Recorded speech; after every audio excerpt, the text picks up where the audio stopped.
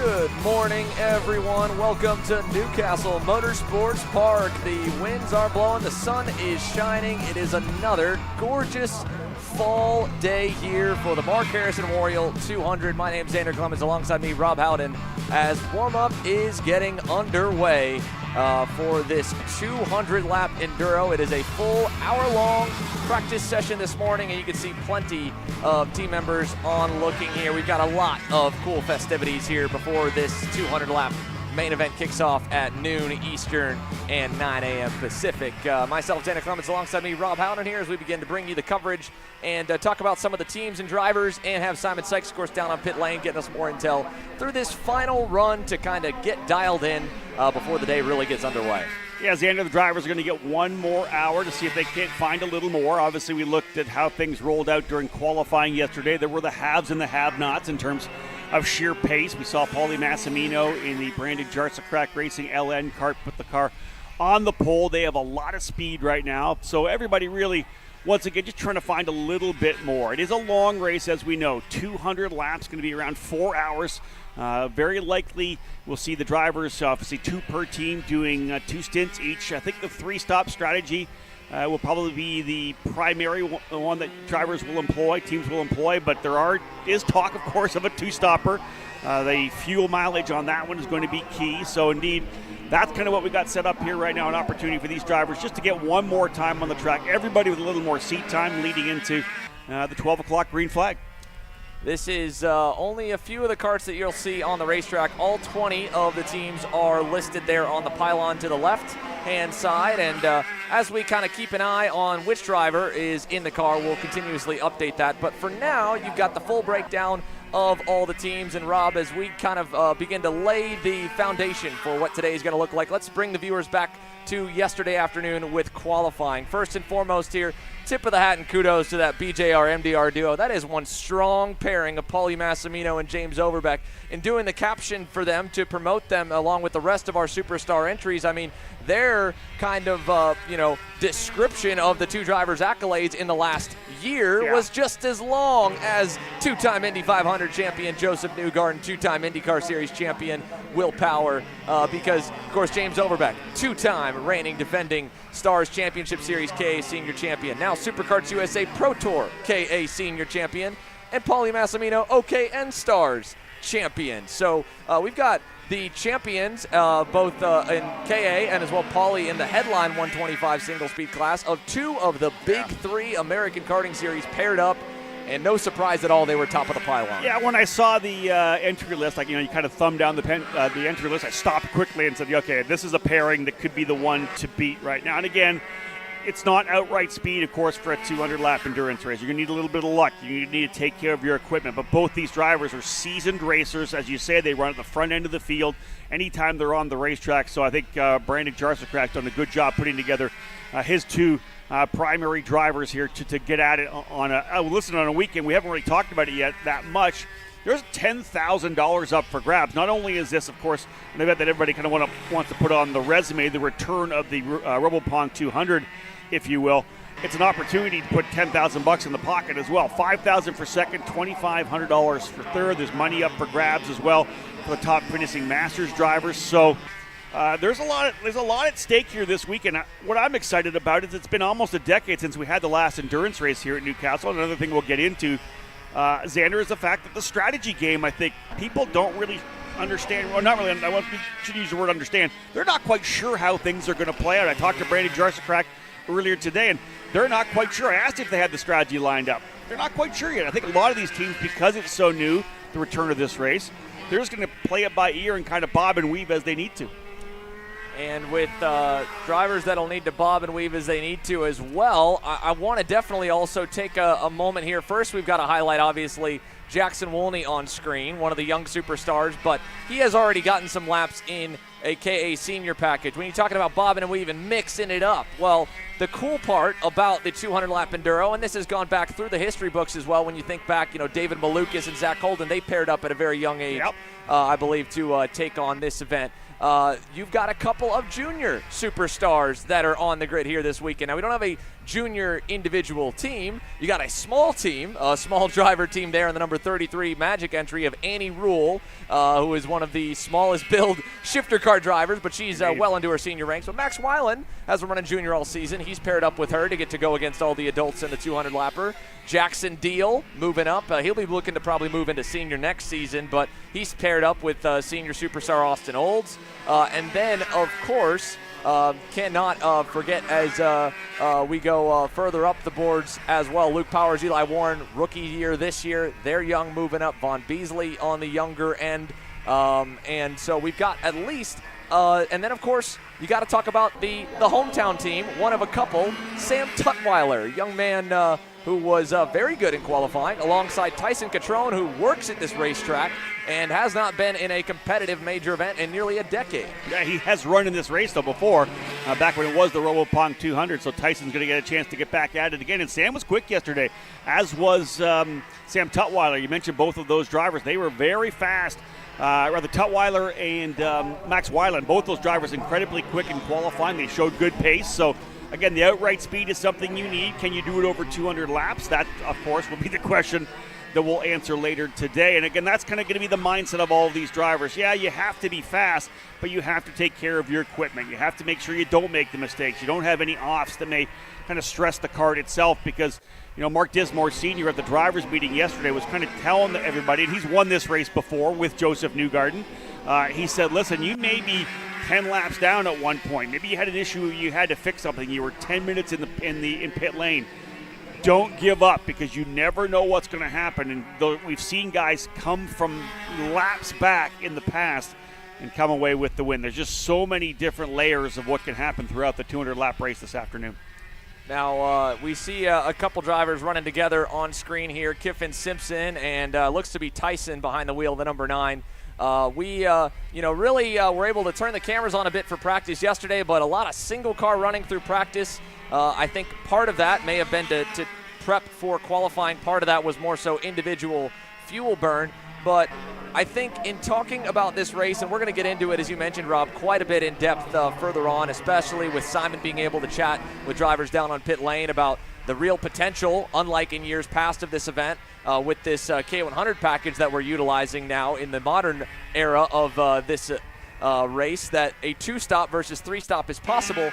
But I don't know how many teams have tested that in the tow or running in traffic, to where you might burn a little more fuel or burn a little bit less. Yeah, I think you're right. I think there's a lot of things in talking to Brandon Jarsikak. There's a lot of unknowns right now for this particular weekend event, right? This 200-lapper we'll have here today on a beautiful Sunday in Newcastle. There's just so much. One of the questions I asked, too, I said, do we know what the delta is yet in terms of making a pit stop? If you wanted to do, let's say, a stop and go, you're not going to change tires. You're not doing a full fuel load. So if you try to do that 2-stopper, you come to the end. What is a stop and go worth? What's the delta of coming into pit lane as opposed to running a full lap? So, we'll see it when we get racing this afternoon. The pit lane, when they come off the racetrack at the end of the long straightaway, they come, of course, through the pit lane as usual. There's a bit of an S, a left-right combination that's to slow the karts down, because we are going to run the pit stops, the pit lane, essentially at full speed. Now, there's a couple of corners they have to make coming around the U-shaped pit lane, so you're not able to go full on without making a potential mistake.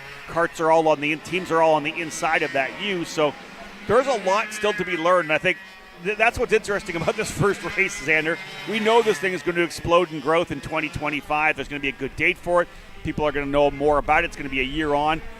They're going to learn a lot here this year, and a lot of eyes are going to be on this broadcast in terms of what was done, what the strategies were when they planned for 2025. Without a doubt. I mean, you think there is just so much to this event that people don't know. Even for the teams that are entered this weekend, they're going to learn so much. So, as you mentioned, Rob, I have full faith as well that I think we're going to see a massive grid because it's just so cool. It's just such a different style of race weekend that you just don't normally have. We've heard it in the paddock. People talk about it on social media. We have been racing a lot. There is a good and a bad side to a lot of a good thing, and we've still had healthy grids across the big three and major events throughout the year. But a lot of those race weekends are similar with slight tweaks. Maybe it's a double, main event weekend with a pre-final and final each day. Maybe it's a couple of heat races and a main. Maybe it's a heat and a pre-final or something like that. This is completely different. You're not doing a bunch of 8 to 12 lap runs. You're thinking strategy. You're involving, again, as well, the mechanics, the families in pit lane, because truthfully, that's where a lot of this race is going to be won and lost. Yeah, I think that's it. Like I said, so many different layers, a lot of different players to the team as well. Number one, first and foremost, you're teaming a couple of drivers together. Yeah, we got a couple of guys going for the Ironman here this weekend. We know Chase Jones is doing it. Von Beasley's going to go alone as well. But for the most part, it's two drivers. You can even have three if you wanted, but it's two drivers kind of working together, back and forth, the same kind of feeling, same kind of weight, height, that kind of thing. You're trying to line up with the right driver. But then you mentioned the pit stops as well. I think, especially if you're doing a three-stopper, a two-stopper, again, if you make a mistake, you only have 2 times to make a mistake. You got to get 3 good pit stops done if you're going to do essentially the 50-lap stints. So I love the fact that there's so much involved in the 4 people that are going to be able to work on the kart. That's one thing to mention. 4 crew members working on the kart plus the driver, either the driver who's getting out of the car or the driver who's getting into the kart. You can't have both drivers, but one is allowed to work on the kart as well. So essentially, we're looking at 5 people total working on the kart, and it's tire changes, it's fuel, it's maybe even some setup changes. You never know, depending on time. And again, I don't think anybody realizes how long it's going to take to fuel yet, because Castle Motorsports Park providing everyone with a spec fuel jug for this particular race. You go back a decade to the RoboPong 200. Drivers had fuel rigs. They were kind of doing things themselves. They've taken that out of the equation for this year's inaugural event. Now, speaking of drivers that definitely will be needing to get used to, hopefully, pit stops in their near future, if we hope so, and maybe have a little bit of experience already when you count all the racing they've done. We were just showing on screen that was Jacob Abel. He and Lockie Hughes, two graduates of the USF Pro Championships ladder. Jacob Abel, of course, Indy Next vice champion in the NXT, so that means he's going to be looking to hopefully find his way onto the IndyCar grid in 2025 in some capacity. And of course, Lockie Hughes will be able to take that USF Pro Championships road scholarship, being the USF Pro 2000 champion, straight into an Indy NXT ride. And Rob, again, you were able to mention it, as now it's publicly available and known that he's going to be driving for Andretti Autosport, which is, of course, the team that has been phenomenal in Indy Next over the years. Listen, both those drivers you got to give props to. I remember talking to Jacob Abel at the very start of the season for the USF Pro Championships. We were at NOLA Motorsports Park and getting started, of course, at that point, with Jacob running in the Indy Next Series. I said, hey, listen, this is your chance to win a bunch of races this year. And he was pretty excited about the fact that it was going into a season where we'd had that first season in the books and really was strong this year. A great battle with he and Louis Foster for the Indy Next Championship, but he was able to put some wins down, which I think was huge for Jacob to get that on the resume. Obviously, Abel Motorsports getting a lot of interest now as a result as well. They'll have a field of 4 cars next year. But yeah, we're hopefully going to see Jacob doing some IndyCar racing in 2025, maybe even a shot at the Indianapolis 500. Then we move over, of course, to Lockie Hughes, as you said, a tremendous season for him this year. Lost out on the championship in the USF 2000 the year before to the guy that we'll have down on pit lane here this weekend, Simon Sykes. But he had a great season, Lockie did this year, getting that championship of the USF Pro 2000, over $650,000 to scholarship he will take to run Indy Next in 2025 with Andretti Autosport and Andretti Global. And this guy's a super talent, of course, Australian driver with a lot of skill. And I think we saw it last year. He won a lot of races and then did what he needed to do to win the championship. But if you want to extend the viewing this weekend for Kart Chaser, I know his parents, Howard and Kirsten, are going to be watching down in Australia as well. So we'll say hello to them. Yeah, definitely a hello to them, and I'm sure that this is at least a decent time for them. The race is going to run deep into the night for his family watching along back home. Now, here is a look at Jimmy Simpson. So the cool part also about the NCMP 200 over the years, again this year the Mark Harrison Memorial 200, is it typically brings out superstars from the woodwork that we have not seen in quite some time behind the wheel. I'm trying to think back of the last time of a major event I would have seen Jimmy Simpson, and I think it might have to go all the way back to either 2020 for the U.S. Pro Kart Series, maybe 2021, if not previously. Now, he's got a lot of laps around this racetrack. This is another driver that has climbed the IndyCar ladder as well. He's very active still behind the wheel. He works a lot, I believe, with Castle Motorsports, helping with their Formula Atlantics program. So he's used a lot. He's still very active when it comes to driving. I don't know how many laps he's able to do himself behind the wheel here at Castle Motorsports Park, but this weekend is going to be one of the first times he's going to get to really go head-to-head at a major event against two of his proteges, Eli Warren and Luke Powers, who are under a completely different camp this weekend. They're over with the Adrenaline Fixed Karting Magic Kart USA combo entry. We'll talk about them later on, but Jimmy Simpson, Braden Eves, both drivers who we would expect to be very fast here, have major wins at this racetrack in the last decade, especially for Eves, but they were not towards the top of the pylon in qualifying. They've got some work to do. I will say, though, Chase Jones, looking ahead for his day, the work is really still yet to come. He is one of our couple of Ironman entries here as we follow him out of the cell tower corner. Yeah, Jones just getting onto the racetrack right now. A couple of karts have not yet been on track. This is Jones's first laps here. The Lindemann brothers looking to get on track as well. Massimino and Overbeck for Brandon Jarsicrack Racing have not yet taken to the track. Weiland and Rule and Morant and Cruz have not yet put lap times down, as you see from the ticker there. 15 of the 20 teams have got onto the racetrack to leverage this hour warm-up session, an opportunity to just dial things in a little bit. Weather-wise, it's about 65 degrees here trackside. We're going to have an absolutely beautiful day. And in fact, just this, you look, I think, for the next couple of weeks, the CKNA Grand Nationals 8 lining up here at Newcastle Motorsports Park next weekend. Over 600 entries lined up for the top four-cycle Briggs program, and that fantastic event that now goes into its 8th year. The weather we've had here for the first couple of weeks of October, not normally what we would have looked for. Absolutely beautiful, as I said, 65 here now. But when we go green flag, if you look kind of at the forecast, we're going to be high 70s, I think, up to potentially 80 degrees here today in an early October weekend. So beautiful weather, and it's going to play into it a little bit. It's going to be about 15 degrees hotter on the racetrack. So drivers are learning a little bit here. Those who maybe struggled yesterday with a bit of pace, another hour's worth of opportunity to just keep dialing it in. That's, Xander, one of the things I like about this open kind of session, right? Yesterday they had 4 hours on the racetrack. They kept coming in and out, making changes. The guys at BGR, Massimino and Overbeck, weren't overly thrilled with the way the kart was handling when they first started things off yesterday, and even on Friday, but they've been able to dial it into where they want. As we know, there's Overbeck there in the BGR Lando Norris machine. Very happy with the way the kart was yesterday. Massimino putting it on the pole. Right now, they currently sit, I will give them a couple laps. They just came onto the track, as I had said.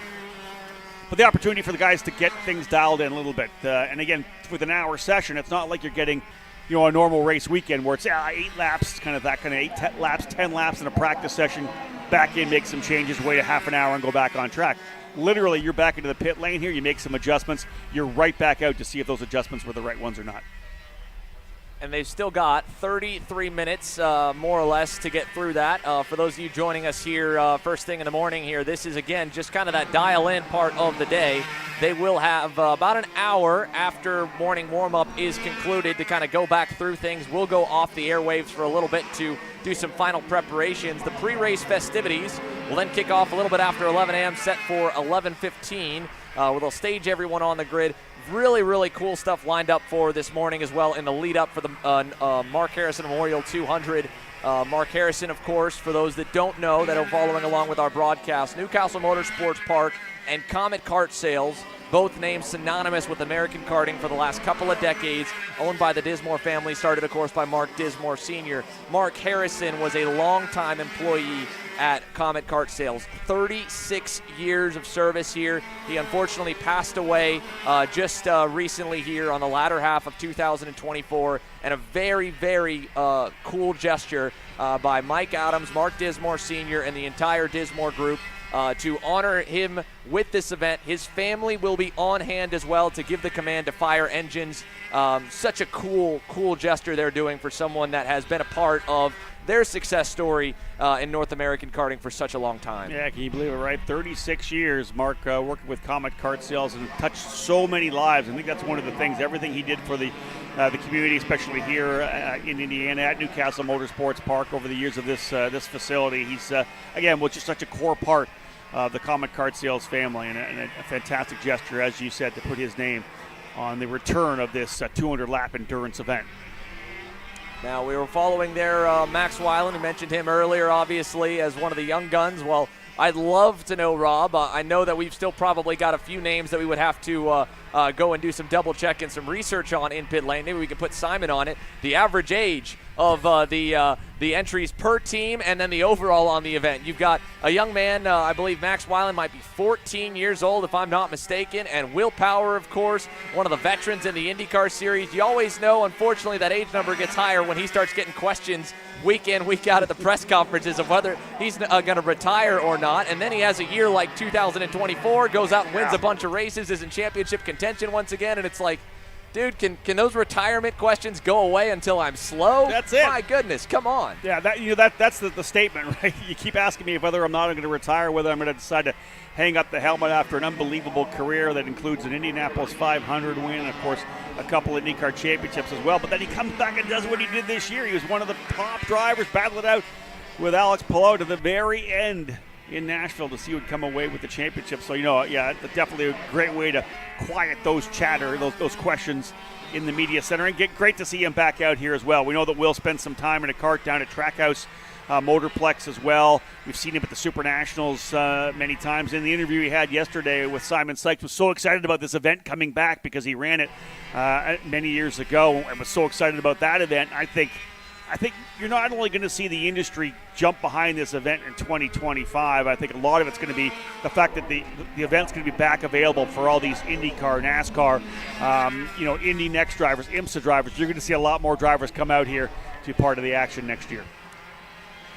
Looking back now as Brandon Lemke has jumped behind the wheel of that Quick Swimmers entry here, the last second entry for himself and Jackson Wolney.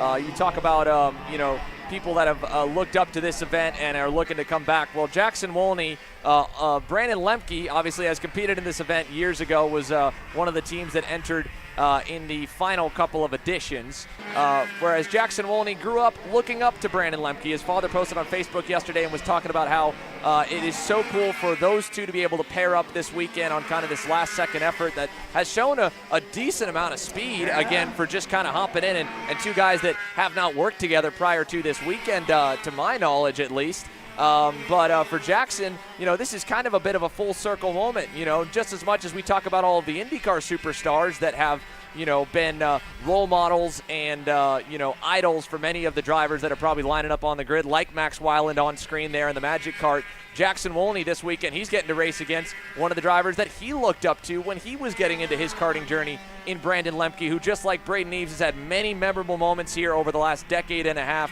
I can remember so many weekends coming to Castle Motorsports Park for a major event, and you knew that it was going to be the likes of Brandon Lemke at the front, Braden Eves at the front, Brandon Jarsicrack at the front, who, of course, now finds himself as a team owner trying to help Paulie Massimino, who was also kind of part of that, end of the 2010s era, right as this race kind of went under hiatus. That kind of contingent of drivers that we're lucky to still see getting back behind the wheel week in, week out. And the thing about Lemke is that he's so happy this race is back, as he told me on Saturday morning rather.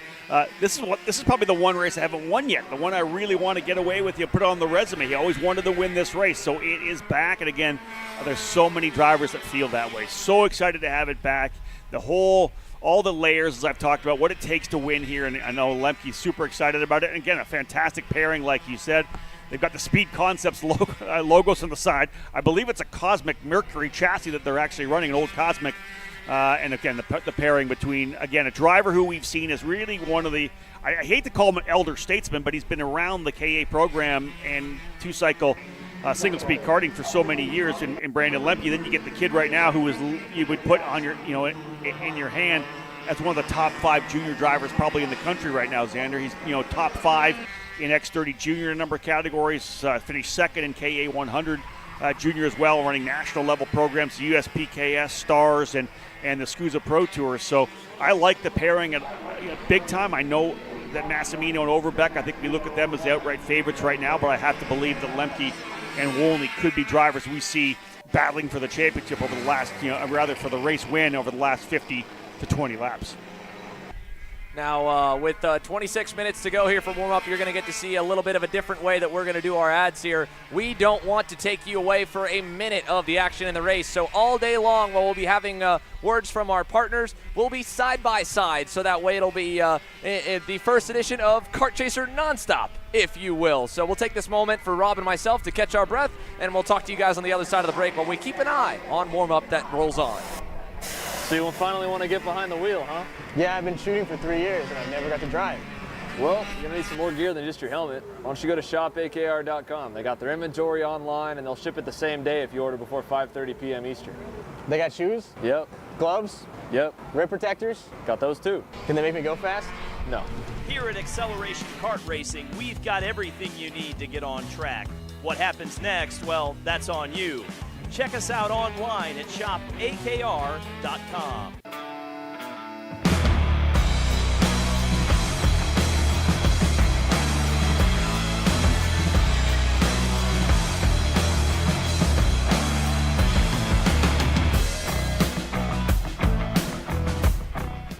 Are you looking for an advantage in your competition? Well, Kart Class has done the hard work for you. We've travelled to your racetracks to give you the inside knowledge. So what does Kart Class offer?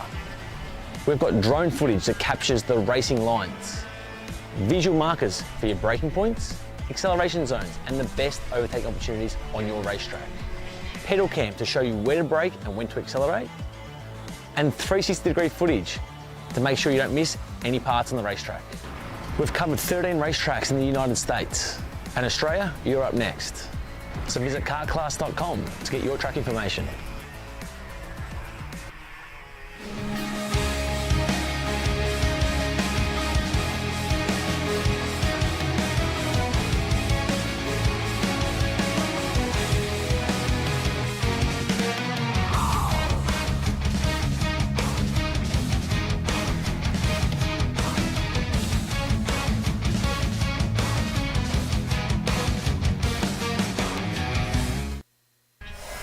So you finally want to get behind the wheel, huh? Yeah, I've been shooting for 3 years and I've never got to drive. Well, you're going to need some more gear than just your helmet. Why don't you go to shopakr.com. They got their inventory online and they'll ship it the... Welcome back here to morning warm-up for the Mark Harrison Memorial 200. Here's a look at Joseph Newgarden on that Comet Kart Sales EOS kart entry with himself and Logan Adams behind the wheel. As we are continuing to dial ourselves in, well, let's get a little more dialed in directly down on pit lane. Good morning to you, Simon Sykes, as we'll be sending it down here shortly to check in on with him. I know that, again, as you mentioned, he was able to chat with Will Power. He's also able to chat with Joseph Newgarden, who echoed the comments of Will of how cool it was for him. You know, in his words, this is an event that right as he was kind of beginning to graduate from karts and begin his open wheel journey, that of course has led him now to 2 Indy 500s, 2 IndyCar Series championships, back-to-back Indy 500s, and of course the reigning champ, which makes it all the more special that he's here this year racing for this event. And him and his father have been huge proponents of helping promote this 200-lapper over the years, and a long-standing relationship with the Dismore family. But he said, man, this was an event as a karter that, you know, you were just so stoked to get to race against all the IndyCar field. It's the end of the IndyCar season. They're able to come out. It's, you know, kind of a less frantic type of race. He was mentioning even as well one year, this is of course predates my era of being at least trackside in karting, but I was definitely a fan and following of some of those years with 80 to 90 entries. He mentioned one year there was 110 and they had to send 30 of them home because they just couldn't fit more than 80 karts on the pit lane and on the racetrack. But Simon was able to catch up with him yesterday. He's also down on pit lane again this morning, catching up with more of all that's going on down on pit lane. So Simon, we'll send it on down to you. Thank you, Xander. I'm standing here on pit lane with Logan Adams. Now, he just had his first run in the kart. Teammate Joseph Newgarden now on track, back into pit lane, getting through the first warm-up session of the day, sorting stuff out for the race. What's your take? Yeah, I mean, we're just kind of trying to get setup figured out and make sure the engine's running well, just trying to make sure we're going to last for those 200 laps. And and hopefully be consistent the whole time. Well, I'll let you get back to it. I know there's a lot going on, so we'll wish you the best of luck. Thank you.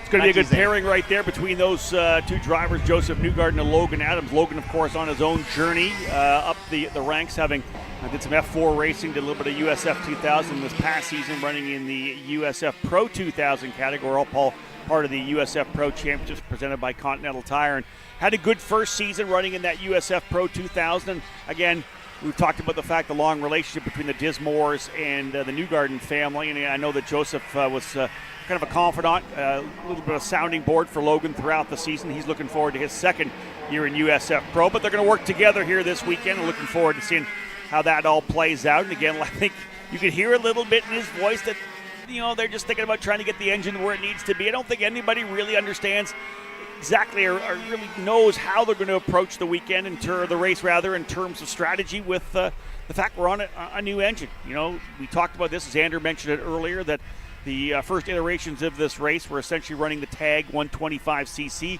liquid cool power plants. We saw a lot of Miami Leopards. They had rocks out there. There were drivers on the Rotax. So fully KA 100 here for this year's race. So again, everybody's going to try to figure out what the fuel mileage is going to look like. That's one of the things I'm most excited about, Xander, about this afternoon, is really how is it going to play out. The strategy really, I think, is going to be kind of on the fly as they figure out exactly what kind of fuel mileage they can get.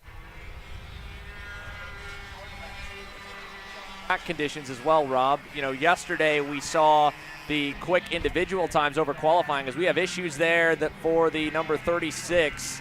That is the entry of Riley George, I believe Davis and Schmidt on the inside of the green corner. This will also be a major talking point throughout the race as well. They're going to do what they can to safely remove karts from the racetrack during the event, but you cannot avoid any mistakes like that, whether it's a chain failure or, again, a self-inflicted mechanical wound that keeps it from you being able to get down the pit lane. That's going to be huge. To hearing some of the war stories from over the years, talking with Eli Warren's father, Keith, who, of course, was hanging out and, has been under the tutelage of Jimmy Simpson for many years now. He was mentioning that Jimmy talked about one year at the 200-lap Enduro that there was a sponsor sign that got hit, knocked onto the front straightaway, and while there wasn't really a safe window to remove it, they didn't want to stop the race and throw strategy off, so it became part of the racing surface, and by the end of the race, it was so rubbered into the racetrack, it took multiple people to help rip the sign back off the pavement. It was crazy.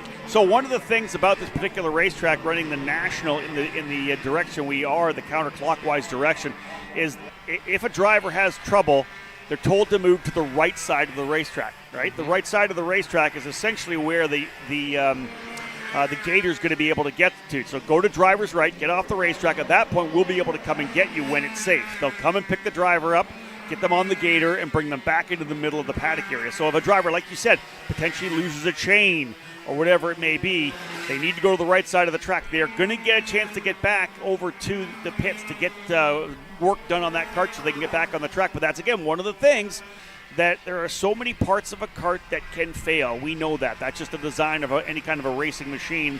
It's wear and tear. We're pushing hard on these karts, especially over what could be a 4-hour time period for the race here this afternoon. So, indeed, you got to keep digging. You never know. Even you could be 10 minutes down, but you got to keep digging because you never know what's going to happen to those out front.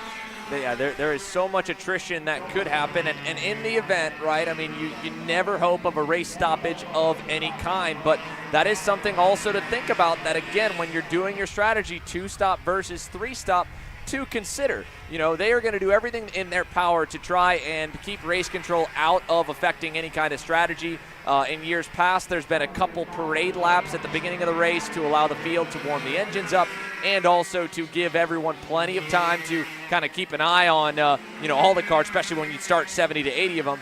This year, with the realistic possibility of a 2-stopper and not more of a pipe dream, I believe we're just going to do one lap, and we may go green by the time they get over to the front straightaway to try and make it possible for that 2-stop strategy to be realistic. But again, that moment right there for Logan Adams is another thing that all of the kind of modern age go-kart drivers that have not participated in this event, because it's been off to the wayside in the last 8 to 10 years, need to consider that, that little hiccup he had jumping over the rear bumper of the driver in front, the number 64, that is either Mao Mao Zhu or Michael Zhu, that not only could that end the race right there, but you got to think about time loss and time gain. You got to think about, Rob, you always love to use the phrase high percentage, low percentage passes and maneuvers. This is that to the nth degree. Yeah, and I think it's going to be a lot about patience, right? Again, it's a 200-lap race. We're not talking about a 20 or 25-lap national event in Maine where you're pushing hard, and if you don't get by the guy in front, you're going to see the lead group pull away. That's just not going to be the case. There's so many different, I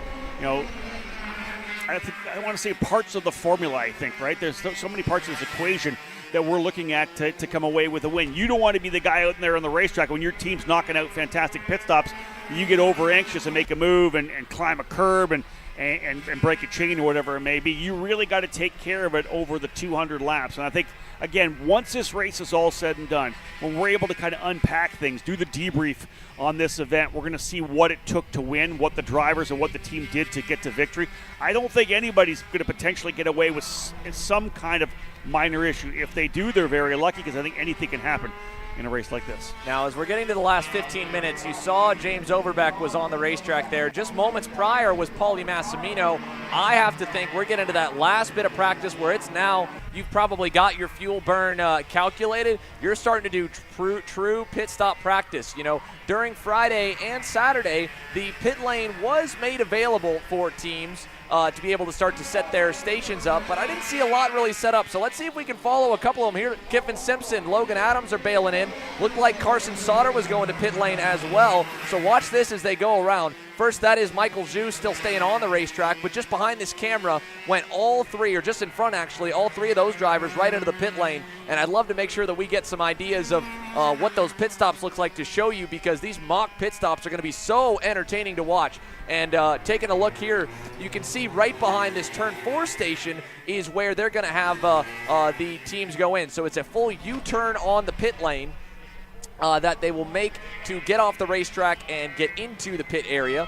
That will then they have to, as you mentioned, Rob, to try and keep speeds down. There's a slalom kind of section when they exit the racetrack, but you can see now it was Overbeck. Now it's back to Paulie. Overbeck had just come into the pit lane, and I think at this point for the number 8 team, I mean, they already had the speed, I believe they felt probably just about on lock in talking to them on Friday. I'd have to imagine a lot of yesterday was a lot of fuel calculation. Seems like for the last 10 minutes or so, they have been just consistently bailing to the pit lane, and Paulie is going to do the same thing. So they're trying right now to maximize this run. First, they have this run down the access road. So you go around the 90s, straight through the short chute, and then when you get over to pit lane, you see Paulie's locking the brakes up a little bit because he's got to go through those green and red barriers and then over to the pit box, into the box right there, and they're going to quickly have Paulie hop out of the car. They're going to obviously bring the cart over onto the stand to do a quick tire change, and they're going to practice doing the fuel as well. And not only that, again,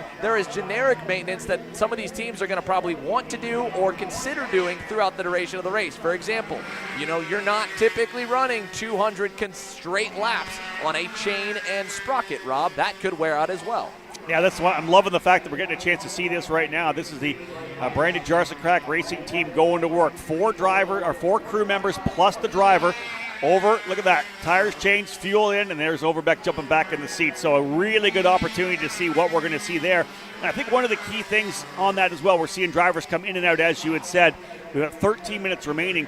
These drivers need to feel what it's like to come in hot, because there's no pit speed limiter on karts. We don't have the gun out there to see how fast they are coming in. So it's a full speed stop. So they need to get a feel for what it's like really charging into pit lane, getting on the brakes, getting through that left-right chicane into the U of pit lane. I love the fact that we had a chance to see that, because listen, that is going to be crucial. Essentially, the length of the pit stop, if you've done it right, is going to be just over what it takes to get the fuel back into the car. Right. I mean, here you can see as well Kiffin Simpson kind of cleaning the tires back off, or potentially they might be trying to see how far they can run that tank down to empty, so he might have been weaving to try and get some fuel into the tubes before he heads into the pit lane to see how long they can go. Obviously, they can do calculations of, playing it close to the limit, but the last thing you want to do is run out of fuel on the racetrack. And when you think about those two-stop teams, especially that are going to be stretching it to the absolute limit,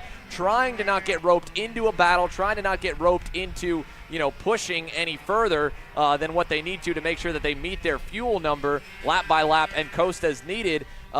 That's another portion that, you could see some weaving on the straightaway that we usually only see on the outlaps of races. We might see drivers kind of sloshing the fuel around in the tank and potentially even in the carburetor just to make it back to pit lane so they don't go multiple laps down, breaking down on the racetrack and having to get retrieved. Now, Braden Eves, thinking back, he had entered this race, to my knowledge, at least one other time. He led the opening stint before a mechanical issue took him out. He was teamed up, I believe, at the time with Derek Dignan, driving for J3 competition on a comp kart. So he's had some experience in this event. I don't know if he's made it all 200 laps, but in talking with him at the end of the day yesterday, felt very good about the brakes, and that's another potential consumable item, Rob, that might begin to go away. So let's go down to Simon Sykes on pit lane, see what he's got for us here with about 10 minutes to go. Simon?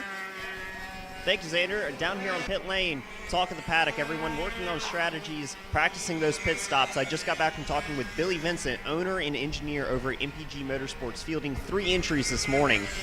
And just getting stuff sorted on the carts, making sure nothing falls off, but also looking at strategy play. It may be a difficult 2-stop, says Billy Vincent. And an update on the MPG Motorsports number 3 entry of Jacob Abel and Lockie Hughes. Not quite the qualifying performance they wanted yesterday. Turns out they didn't like the seat they had in it, so they swapped the seat this morning, and everything's looking good now over at MPG. So final runs in, they're just getting set for the long race later today. There you have it from one team that is fielding, I believe, I guess for MPG, that's the most by a single operation. They've got 3 entries in the event, Jackson Deal and Austin Olds. Chase Jones is the Iron Man. And as Simon mentioned, Lockie Hughes and Jacob Abel. The good and the bad about that is that's a lot of work on pit lane. The good part is you got a lot of options to test and really make the most both of the practice and kind of what you learn throughout the stints of the race. Indeed, Braden Eves getting a chance to get onto the racetrack. We saw him there as well. So Eves running again with Jimmy Simpson. One thing you'll take a little bit away from this session here is the fact that Max Weiland is the fast driver on the racetrack of the number 33, a 107.101 quick lap for him. Brandon Lemke up there in the second spot. Charlie Steins, Eli Warren, and Sauter rounding out the top 5. So again, for Weiland and the Magic Kart guys, they got to be happy with some pretty good speed. I would think they would have wanted to be maybe in the high 106s, but that's not probably the pace you're going to want to run over a 200-lap race as well. I didn't really ask guys, where are you running? Are you running, like if you're doing a 2-stopper, of course you're going to back down 75%, whatever it may be. But where are these drivers in terms of mindset, Xander?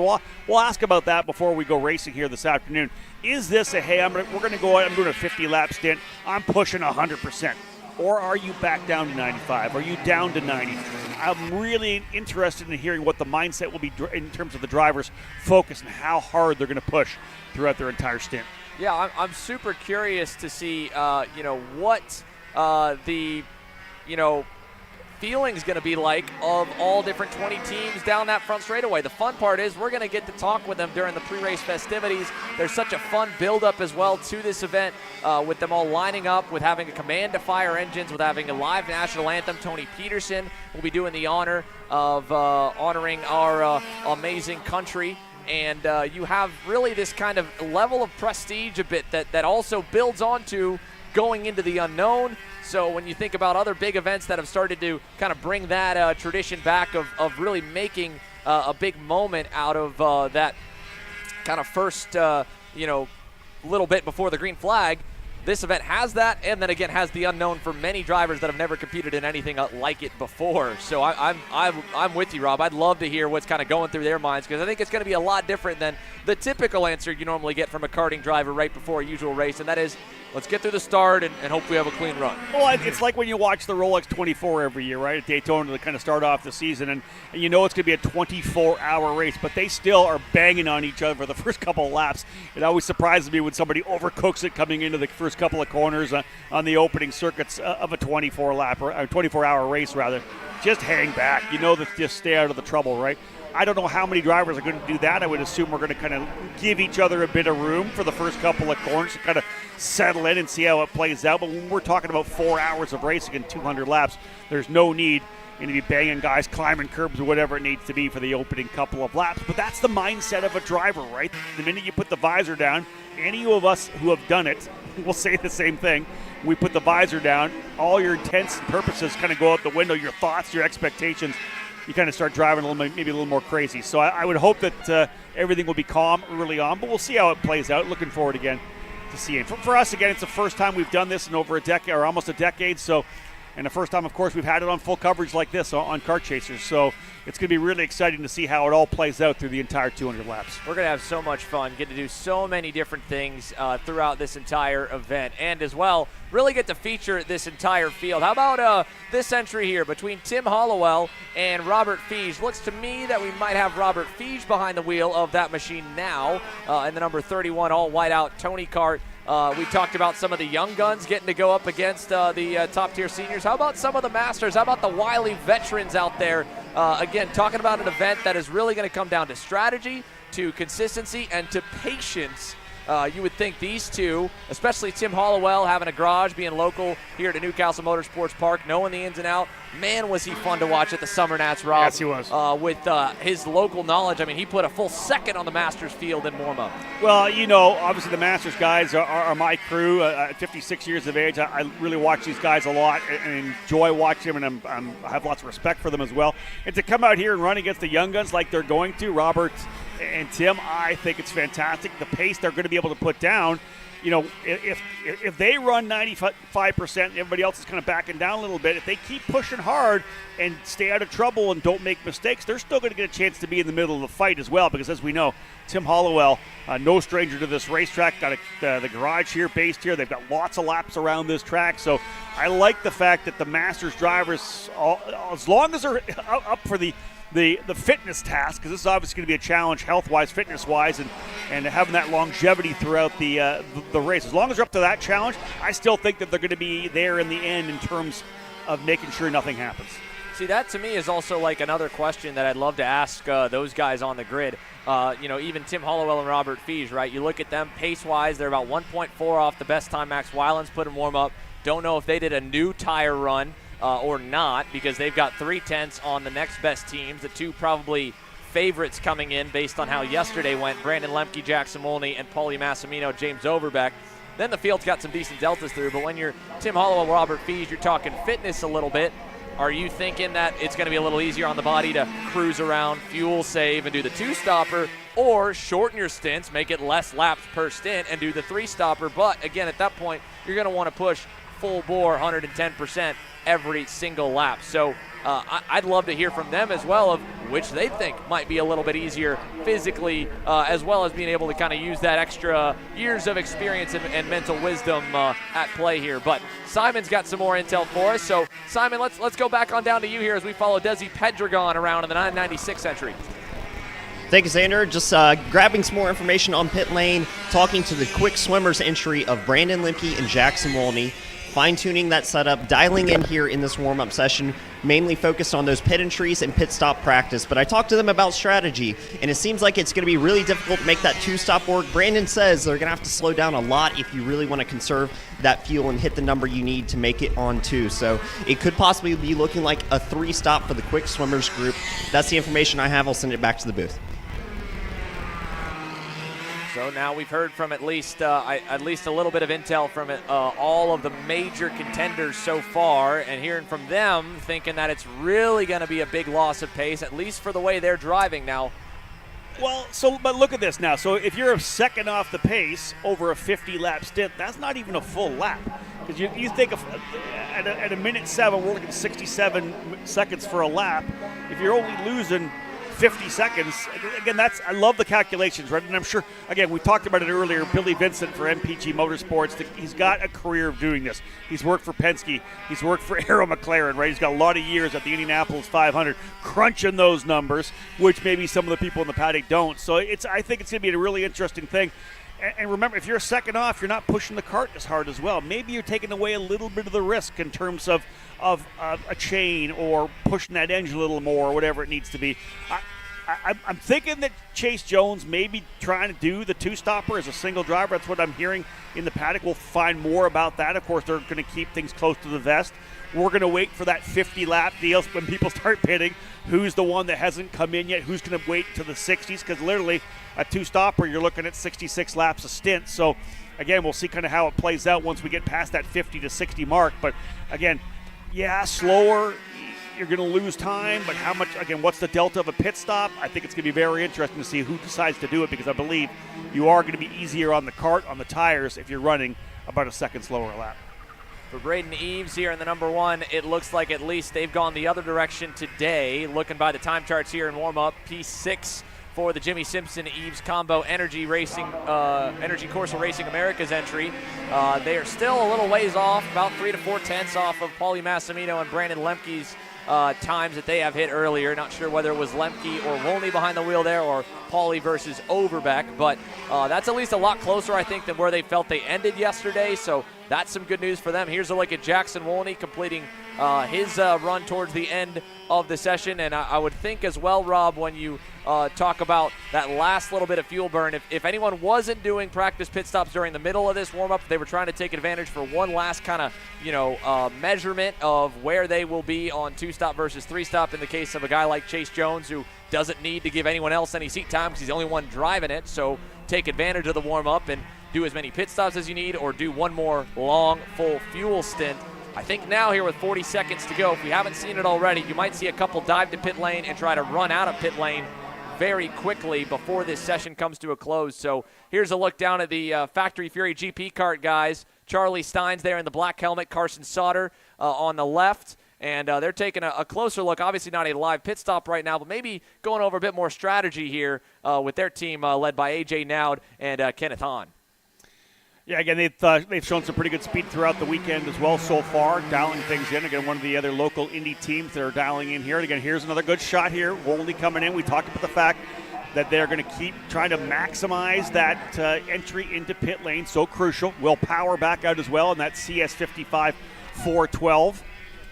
Power and Simpson, their fastest lap puts them P7 here in morning warm-up, just under a second off of Max Weiland, a 107.101 for Weiland. Again, time has ended. Checkered flag will fly to cap off a hour warm-up session. There's the checkered flag right there, and Will Power is going to finish this lap to get the checkered flag. So that will bring us to a close. There it is. Checkers out. Will's last time there by the line, lap time-wise, I believe, was pretty solid. Just taking a look here at the timing monitor. Actually, no, that lap was an outlap, it looks like, for Willie P. So coming back out in the 412, they wanted to do one last run to at least leave the pit lane and head on in. You can see a few more there in the background of the pit area. Also making their way in. Look, their top right corner of the screen, that looks to be maybe Vaughn Beasley's entry that just came in. Again, the other Ironman entry. He ends 9th in the warm-up, and then looking straight across, there's the 31. There's Tim Hollowell, Robert Fiege, doing a little more debriefing here as this session comes to a close. And a few more carts kind of buzzing on by in the pit lane. So it's 2 lanes of the pit lane here. Let's watch Will see if he wants to try and maximize his way into the pit lane. Talk about a driver with, it's a battle between him and Joseph Newgarden, and I think give a slight nod there to Will for the years of experience of trying to maximize pit stops.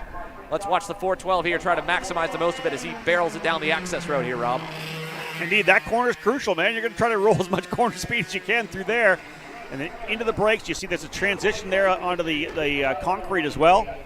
Of course, he'll work his way all the way down. Again, there's a turn here running around the U. He's got to slow down for each one of these corners, get himself through, and their pit just between the second U all the way down into the track entry. So, again, fully leveraging the pit lane for Will Power. He'll come to a stop there. everybody having a chance to try these pit stops out to get the karts dialed in a little more. We saw a number of drivers go a bit quicker as well. Braden Eves able to find some more pace in that energy machine. There's a lot still to talk about before we go racing here at noon, but a great opportunity for everybody to kind of have that one last hour to dial everything in before we go racing in the Mark Harrison Memorial 200 this afternoon. So let's take a look back at the results here as warm-up comes to an end and the last bit of preparations can begin. Mad Max Weiland and Annie Rule, the tiny but mighty duo from Magic Kart USA, top of the boards here in Sunday morning warm-up at a 107.101. That shows me at least the track is close to where we ended the day in terms of grip yesterday. It was not as fast as the single quickest quali time that was kind of in those high 106s or so. Brandon Lemke and Jackson Wolney, Paulie Massimino and James Overbeck, those two teams seem to have the most outright speed. But this race is not going to be one on that, Rob. It's going to be one on strategy, and I've got good odds on the number 32 entry of Eli Warren and Luke Powers, two kids that have a lot of laps here, know this place, and they're teamed up again in a combo entry with Magic Kart USA and with Jim Conlon and Adrenaline Fixed Karting, who has a lot of experience in taking some teams to the win. Yeah, both Magic Karts in the top four as well, right, with Weiland and Rule in the 33 and Powers and Warren in the 32. Steins and Sauter on that GP kart, P5. Eves and Simpson stepping up a little bit there, as we saw in the number 1.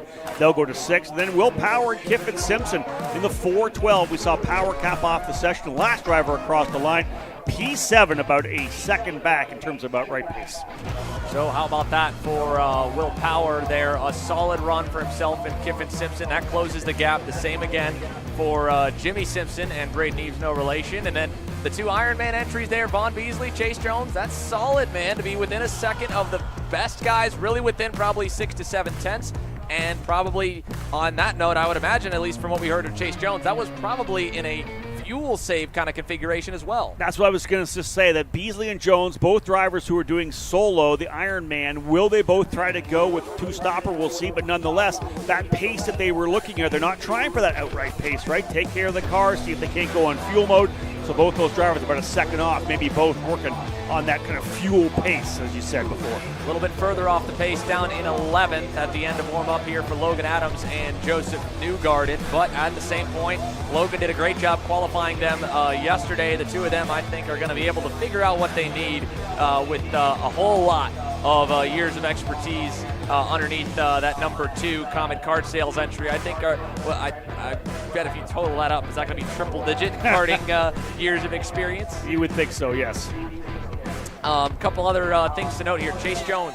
So we weren't sure how many laps he may have done. He only ran 5 during that session. A couple other teams did not run a lot during the warm-up session as well. Austin Olds and Jackson Deal did not do a lot of laps in warm-up either, potentially trying to save the overall wear and tear on their machines. So that's something to keep in mind as well. A couple teams that felt like they were strong enough and knew enough of where they needed to be that said, you know what, we're on our race motor. We don't want to dismount and remount for warm-up, so we're going to keep all things the same.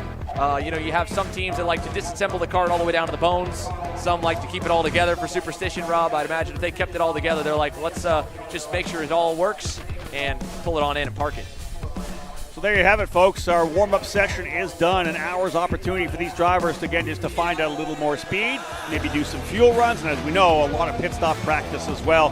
Xander, we're less than an hour away from getting things underway. So excited to get everything started, folks. Again, we'll see you guys top of the hour when we begin with pre-race festivities. And then, of course, the 200-lap race, the Mark Harrison Memorial 200 here from Castle Motorsports Park, 11:45 a.m. Eastern, 8:45 a.m. Pacific. It'll be around 3 hours in length. It's 200 laps, 200 miles here from Newcastle. Rob and I will see you guys when we get ready to kick things off here in a little bit.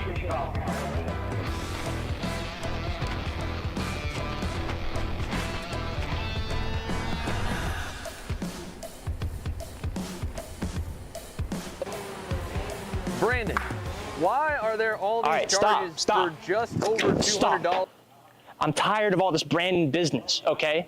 Branding this, branding that. Why are there all these expenses on AKR over $200? We know, okay? Take a walk with me.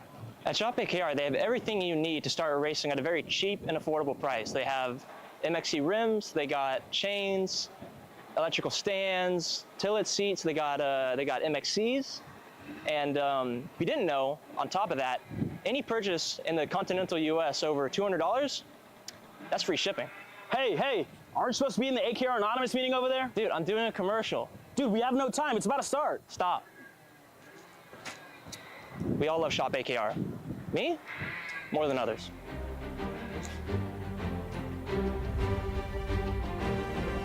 What do I get at Shop AKR? MXC rims. Are you ready to get behind the wheel? From Formula One to NASCAR and IndyCar, all the pros start here.